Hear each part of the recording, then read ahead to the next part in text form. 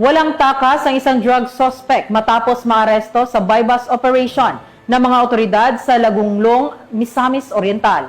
Yan ang tinutukan ni Patrolwoman Danessa Berdos.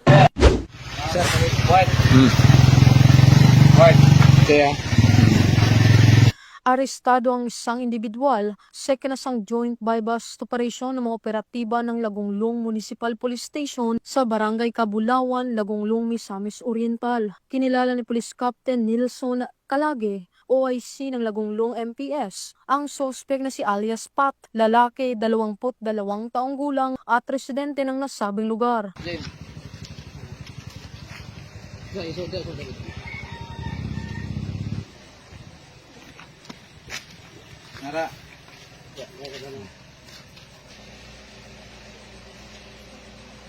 Sa ikinasang operasyon ng mga operatiba ay nakuha ang maliliit na pakete ng iniinalang shabu at isang 500 peso bill na ginamit bilang buy-bust money. Naharap ang suspect sa kasong paglabag sa RA 9165 o Comprehensive Dangerous Drugs Act of 2002.